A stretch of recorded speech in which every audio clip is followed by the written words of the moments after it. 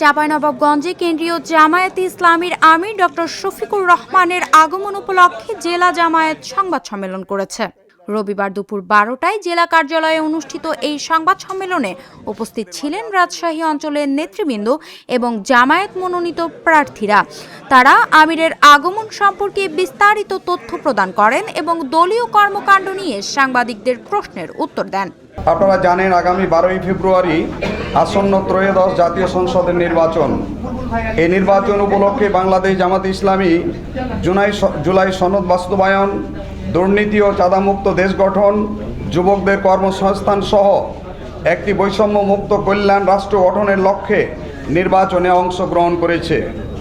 আল্লাহর সাহায্য ও জনগণের ম্যান্ডেট নিয়ে সামনে সরকার গঠন করতে চাই ইনশাআল্লাহ।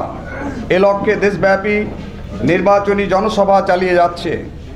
আগামী 5ই ফেব্রুয়ারি 2026 বৃহস্পতিবার সকাল 10টায় চাঁপাইনবাবগঞ্জ সরকারি কলেজ মাঠে এক বিশাল নির্বাচনী জনসভার আয়োজন করা হয়েছে। উক্ত জনসভায় লক্ষাধিক জনতার সমাবেশ ঘটবে ইনশাআল্লাহ।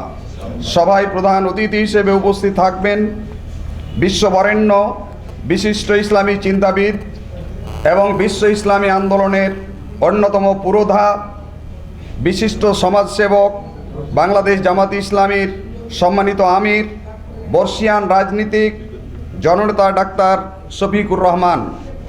বিশেষ অতিথি হিসেবে উপস্থিত থাকবেন জোটের নেতৃবৃন্দ। সভাকে সফল করার জন্য সিভিল প্রশাসন, পুলিশ প্রশাসন, সেনাবাহিনী, র্যাব, গোয়েন্দা বিভাগ, আইনজীবী, সাংবাদিক সহ সর্বশ্রেণীর মানুষের সহযোগিতা আমরা কামনা করছি। 5ই ফেব্রুয়ারির জনসভা সফল হোক, আসন্ন নির্বাচন সুন্দরভাবে সম্পন্ন হোক, দাঁড়িপাল্লার বিজয় হোক, দেশে গণতান্ত্রিক একটি সরকার প্রতিষ্ঠিত হোক।